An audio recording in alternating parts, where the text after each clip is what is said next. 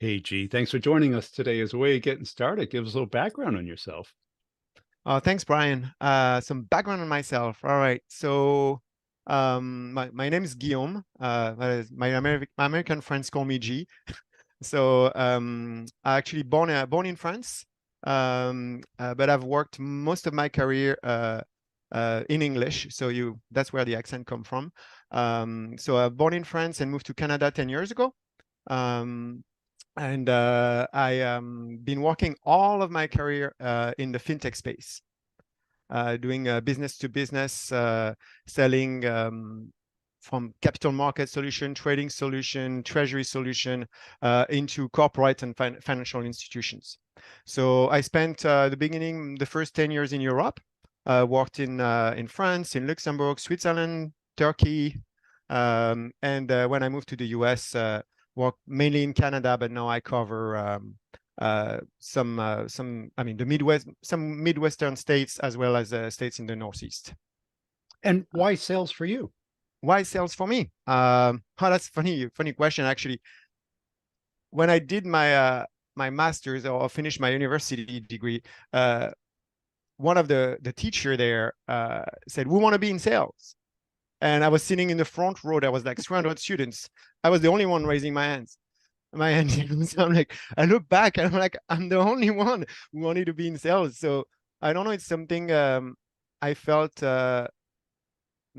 came naturally for me, and I always enjoy it. Maybe there was a money aspect to it too, and just it came like that, and I decided to stay in sales almost my entire career. I actually did a stint. I did few years where I wanted to prove to myself that I could do something else. So I took more of an operational role, Yep. became a project manager for the solution I was actually selling.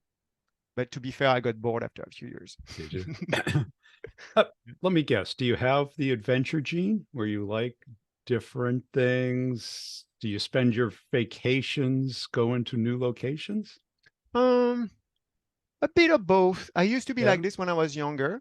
Okay. Um, Now I would say, I'm a family man too. I have a wife and three kids, so pretty busy. And I would say that I tend to the time that I have left, because it's always about time, I try to spend it with them.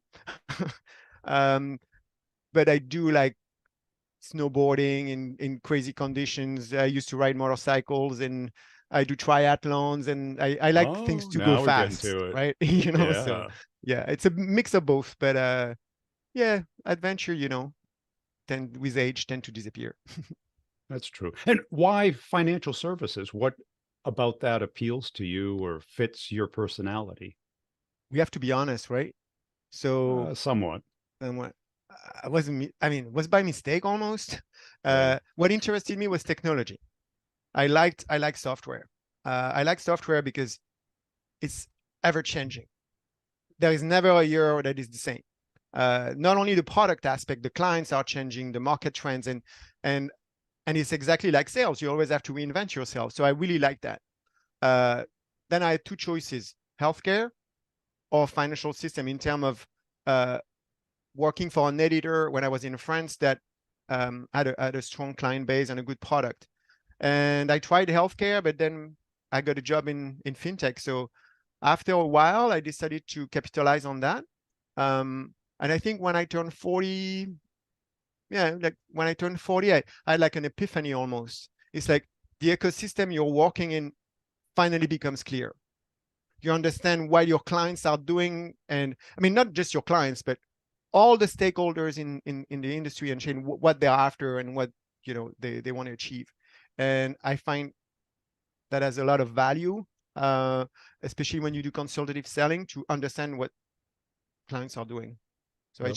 I stick with it simply. And who are the clients typically? What's the persona? Is it bankers? Is it analysts? Is it So right now I'm selling mostly to large corporations like Fortune 1000, governments as well, and financial institutions. I used to sell to banks in the past, but the products that I'm selling now are not designed for banks.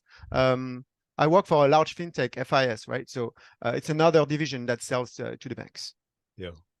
And What are those people like? They're not the partiers. They're kind of very straight Oh, shooters. Give me the facts.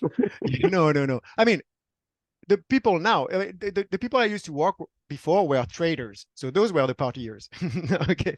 And now I'm working with treasurers, uh, director of finance. I'm not going to say they're not partiers, they enjoy life, but I mean, no, it's very serious and very, structured. That doesn't mean Yeah. we don't enjoy a good meal or something, but no, it's serious. But, and do you like that persona or have you warmed up to it? Oh, it's not even something I really thought about. Do I like interacting with my clients? Um, I mean, I do. Most of them are very smart and interesting people. I would say with the buyer, like procurement, and I've read from your your blog that you've been in procurement. It's harder to create relationship with procurement because we've been established as enemies, right? So after a few years, you can, right? Yeah. But with my clients, like the IT people or the treasury people or the finance people, once you realize and they realize the benefits you can bring to the table, and you've established a relation based on trust and making sure that everybody wins in this relation, right?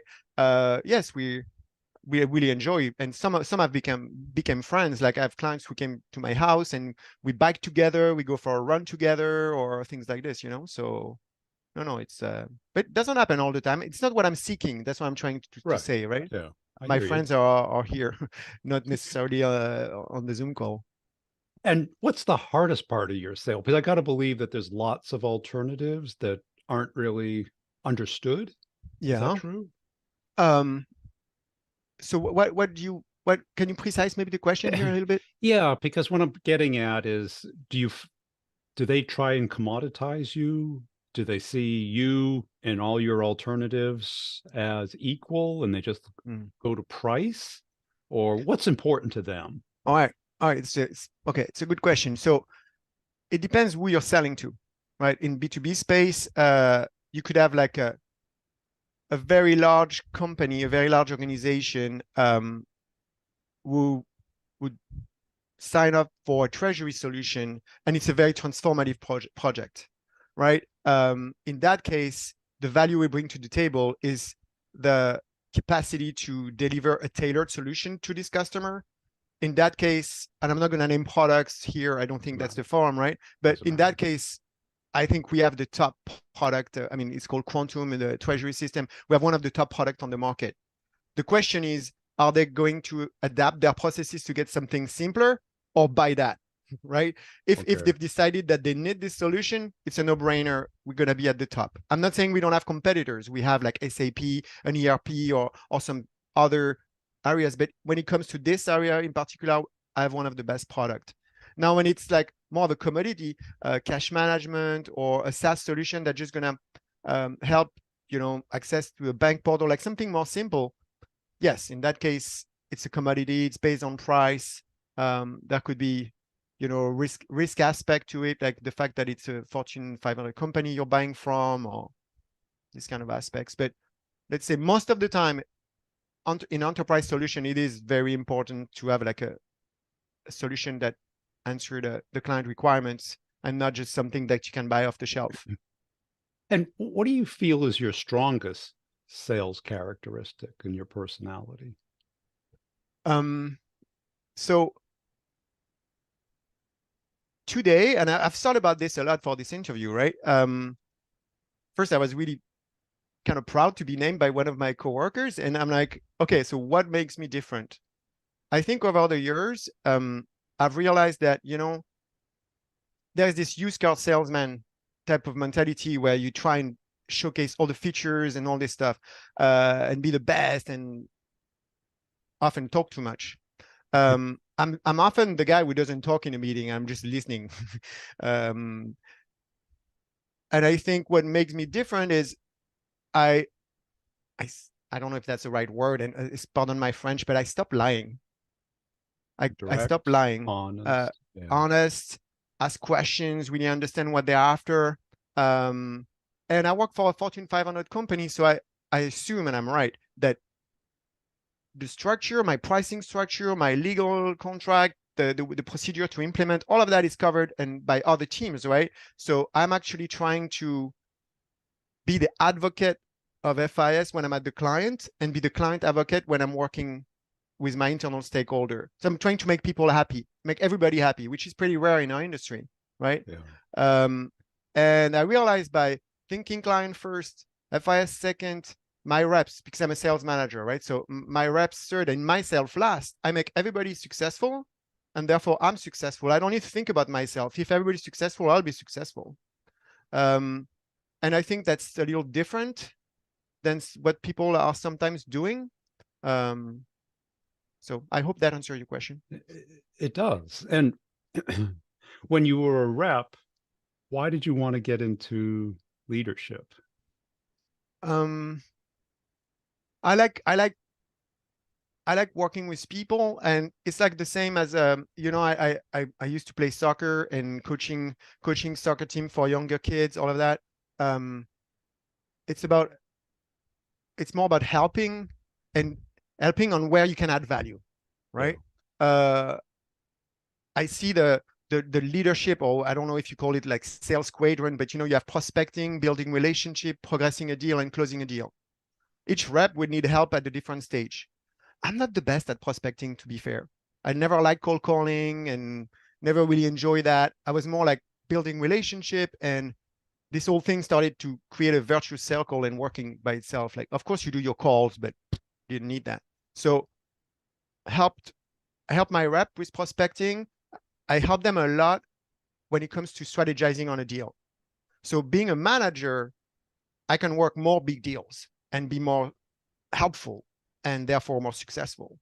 So I thought by focusing my time on that and having my entire team successful, I'll mitigate my risk and I'll have a better time. Like I like what I do better than just, filling up the CRM and stuff. Yeah. And what was that first year like as a leader? Because it's completely different than being a rep. You're right. So I've been a leader a few times in my career. I became a leader and went back to sales. I mean, being a rep and back to a leadership position. I think the first time it's overwhelming. And you have to change your habits. Like, they say like you get to your desk at 8:30 and shit hits the fan, right? Hit the fan. And you're like, oh, and until noon, you can't do anything. So I started waking up earlier, getting all my things done. So then I could help people like in the morning rush. And then I realized like, how do I anticipate this better? And how do I proactively help people? So I started to have a good cadence in terms of one-on-ones and helping people proactively. So all these things would not come to me unexpectedly. So I would say the first 6 months were very stressful, especially on this gig I'm in now. But really just, I had a good boss at that time who told me that, say, I advise you wake up early until you fix this. And, go to, no, I mean, and I started at 6 for a few months, so. So you got good at getting that stuff out of your way. Yeah. Yeah. So then you can spend the time focusing on strategy and not just running after things all day long, right? And I'm especially good in the morning. So I want to have like this 10 to noon time for myself where I can work, right? Yeah. So And you use the word strategy. When you're looking at a deal, what do you look for? Because a lot of leaders make the mistake of just do this. Call Mr. Big Cheese or Mrs. No, Charge. So I work with senior reps, right? I'm in my late 40s. In my team, I have people that are like, I think the youngest is late 30s and the oldest is early 60s, right? So I'm not going to tell them how to do their job. Basically, they've been working for like as many years as me, almost, or some longer. I call it like it's almost brainstorming session. And I like to think a little bit like a chess player, when you think, okay, I move this piece, what could be the impacts? I move this piece, what could be an impacts? And you have like 60 different scenarios when you do that, right? But that's why that's kind of my tactic is I talk to the rep about their deal, and you have like this checklist, and I'm not gonna go through the checklist, but uh, you know, did you identify the buyer? Is there a budget? All of this is obvious, but when you get into the deal, is what is this person feeling? What are they getting from this? Not just what are they getting in terms of immediate ROI. How can that advance their career? How does this project fit in their I mean, other list of projects they're working on? Maybe they have 100 projects and you're 99 and you think you're number one. All those things, I'm really trying to ask questions and act like a sounding board for the reps. And sometimes I just throw ideas at them and they take them if they think it's the right one or not. But I think that works because all of my reps, they like this. Like we all do the strategy sessions and we talk together and figure out scenarios. Well, that's it, because you're hitting on the things that they probably don't want to think about, but know they should be thinking about it. Personal wins, because everything you mentioned was personal wins. How do You're they right. feel about it? How does it impact their career? Where is it on the priority list? Because as the rep, it's got to be it's my top priority. It's got to be your top priority. Yeah. No, it seems like it would be obvious, but it's not. It's not. And I think even for the rep, you know, to come to this level of trust with their manager, because I think, I mean, the client, we understand, like it's a human being. He has other priorities. He might be unhappy this morning, didn't I, his coffee was cold, whatever. But the rep himself, sometimes, and I realize, especially with new hire, they're proud. They're proud people. They don't want to talk like that. They don't want to show that they have not thought about everything and they have weaknesses. So this comes actually, you know, you build trust during those one-on-ones and with your team. It's not about telling them what to do. It's helping them. You're trying to, it's teamwork. So Yes. I think I was successful doing that in the past, and I keep doing this a lot today. And that reflects into the way they interact with their customer as well. By it's like consultative selling. You're trying to ask questions and really understand how you fit in the ecosystem and what are the expected results, if that makes sense. Yeah, it does. And I think the mode that you take, because you're thinking like the customer as well. You're not thinking like the sales rep, because the sales rep thinks like, how do we end run them? What new discount can we offer to incentivize them to do something? Well, that happens, right? At the end, when you close the deal, you need a time bomb, a discount. Like we all do that, right? But sure, I'm not going. I mean, but that's more at the end. Right. Yeah. That doesn't take 10 years of sales leadership experience. Right? No. That's day one. Yeah. But they're wondering, what's the client thinking? But what's blocking them is their own need. Yeah. But you don't have that need. Not that immediate need. You can take a step back. Yeah, that is right. You the client, I mean, for the rep to understand, the thing is, that's when we talk initially at the beginning about the ecosystem, like the clarity, understanding what your client does and how they compete with their peers. And like if it's a corporation, how do they interact in terms of, you know, compliance with all government regulation? How do they interact with their banks? The fact that I understand what each party does is maybe helpful for some of the reps who don't have as much experience in the industry. And that's why I like to think like the client, right? And yeah, I guess that helps. And plus, even though these people are very analytical, even keeled, non-emotional, they're still making a logical decision with emotion. You're right. You're right. I mean, they buy from people they trust. It's not always just about price. I mean, I think processes sometimes can almost kill our business because you will follow those processes, but you forgot to just simply be human and talk to the client like you would do to not a friend, but you would talk to somebody you would interact, like somebody who comes to do work in your house or whatever. You're not just going to follow a process. This is what I do. No, it's you have your habits. Like you have your, I think you did a video like this with the skills become automatic, you know? Yes. Well, that's Yes. what I do. Like yes. but that come only with experience, right? So it's just trying to have those skills, but those skills need to be attached to strong personal and professional ethics. Yes. Because you want to you don't want to come across like someone who knows everything. And sometimes that's maybe my problem is like, I know what they're going to say, so I just want to cut them, you know, but Well, you also did something really smart in that the chess analogy where you're like, if I move to here, how are they going to counter move? yeah. Because that's what you're future pacing the deal. You know, if we offer a time bomb, do you think it's going to have any impact now? Or have they picked us to the exclusion of every other option, including doing nothing? Mm-hmm. Are they going to buy something from someone, or are they going to shelve this problem till next quarter? Yeah, that this happens all the time. Like the status quo is often It's a the deal competition. killer. Yeah, it's a competition. You're right. You're right. Yeah. Have you guys found a way of working around them just not doing anything right now? Volume. Just have other opportunity to fall back on.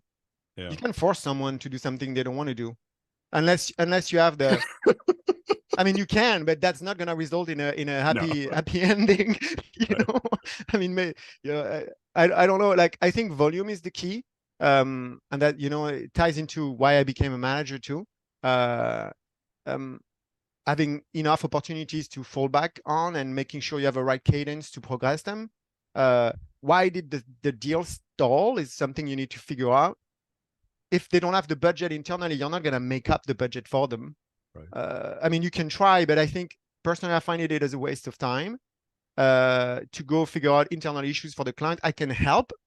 If I understand them, I can help. Okay, I'll give you a discount. I'll delay the billing of this part, whatever could help you make it fit. But if it doesn't fit, you're not going to put a square in a round, Right. whatever. So How I about think change? Does this change their work? Must change their workflow somehow, the it client's does. workflow. It does. Is that a major obstacle in your deals, that they're not comfortable, they're scared, or they're very comfortable doing it the way they're doing it now, even though it's not as efficient? Generally, no, because it's the decision maker. I'm not talking to the end users. The end user would Okay. react like you're describing. Right. Uh, but and actually, sometimes end users are pushing because they come from another organization where they had the system and they want the system. Sometimes having our system is a way for the client to hire better talent because they don't want to go everything on Excel and manual tasks. So it's like almost they know they have to go there. It's, when I started in 2000, working in 2000, it was the beginning of electronic trading, Yep. and I had people clients who say, "I'll never trade on a screen. I'll trade on the phone, talking to my broker and all of that." Now everybody is trading electronically, so it's the same in what I sell for treasury. 20 years later, it's just they Right. have to do it. It's Yeah. And what do you see as a key differentiator between the very best reps you've experienced? Doesn't have to be at your current company or current role, and the very best. Is it a characteristic? Is it a skill? Is it just hard work? I have different type, and that's after the years I realized like there is not like a specific format that makes a rep the best. I had Yeah. reps like I'm not the most patient of guys. I had reps that work deals that I told them we've lost them, and 2 years after they'll bring them up, and I'll be like, man, that was patience. Well done. So very successful rep was very patient. Then another one is just, activity leads to result, and maybe, in less complex solution, it actually works. A lot of activity will lead to results. In my field right now, I don't think it does. You need to have the right activity on the right person, which is different. So obviously hard work is the one, right? But I think, and I realize that now, is the one that are really genuinely trying to help the clients and trying to do the right things.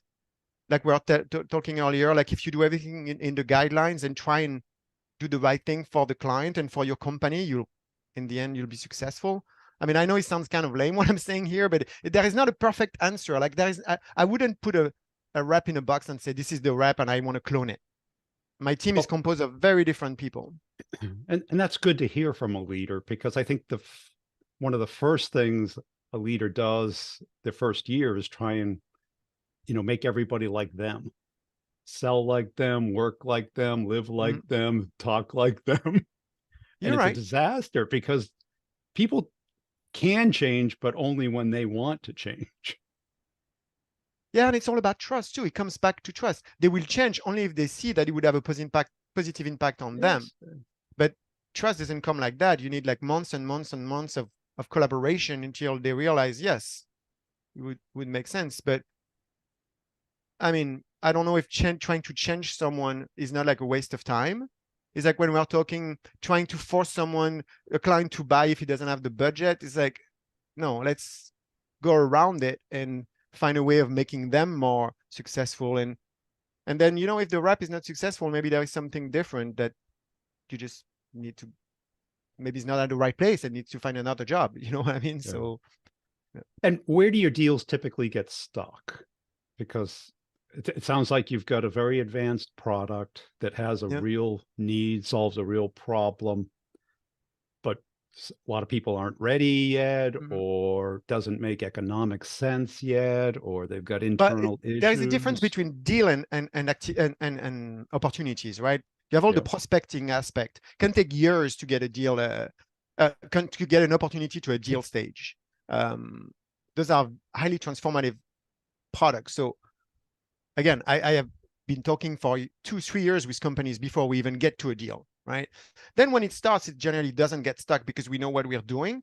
They have the budget approved. So it could be a company spinning off, or uh, a pandemic, or some things like this that could actually stall your deal. I think they get stuck sometimes in procurement because of some legal aspect, non whatever, some legal clause that are slowing us down. But generally they don't get stuck. We work them so they don't get stuck. You know what I Well, mean? what's going on in those 2 years or that long process before you feel it's a real deal opportunity Yep. versus education, rapport building, trust Yeah. building? So what's going on? It's a lot about there is the return on investment aspect of it, where you need to Yeah. help the client who's trying to get a budget, uh, competing with other internal project, and make sure your ROI gets to your project gets to the top. And that's what I'm working on, is helping them get approval. But first you need to convince them that they actually need it. So again, I don't think that's part of the process. That's why we are talking volume. Yeah. This is just normal. That's the time it takes. So, some clients are more educated than others. They might have hired a consulting firm to do this job for them. In Yeah. that case, we come in and we have a very strict RFP. We try to avoid those because we don't have a relationship with the client at that time. So actually, that's the point. It's building relationship. That's what we do during those 2 years. And building trust. Yeah. And everyone thinks that that happens in the first 5 minutes of a call. No, that Yeah, no, happens it in the doesn't. first It two doesn't. years of a Yeah. deal. Yeah. And what advice would you have to a rep who's considering going into leadership but isn't sure? Have you found any particular questions that you should ask yourself before getting into leadership, that who is it right for and who is it wrong for? Yeah, well, it's a complex question because there are multiple aspects. I'll take the easiest and most obvious one, is the impact on your commission check. Uh, Obviously, getting into a leadership role versus a direct contributor, the upside is less than what you would have as a manager, but the risk is less as well. Yeah. So it's about, if you've saved enough money and you didn't spend all your commission check on fancy cars and things like this being young, you're okay to become a manager. If you're after money, you're going to be very frustrated because you're going to see some reps making more money than you, and you should be okay with that. You should be Yes. proud of that. Actually, I have reps making 7 figures. I don't always make 7 figures. I hope I will, but that's okay. You know what I mean? And I think that's the best advice, is just, you're doing this as a team, and people are doing this for different reasons. So compensation is one, but then there are multiple other in terms of, you know, personal ability and patience. I mean, I don't know. There are so many aspects. That's true. Hey, I really appreciate your time today. Where can people go to connect and follow you? Well, I'm on LinkedIn, Guillaume Chabanel. I think you're just going to tag the name, and I'll be happy to connect with anyone who's interested to talk. And yeah, I just want to thank you because I follow you, and I've always really enjoyed your video in the morning when you're walking with your camera in your neighborhood. It's really, really cool. I actually introduced you to my entire team, and really thank you for the time.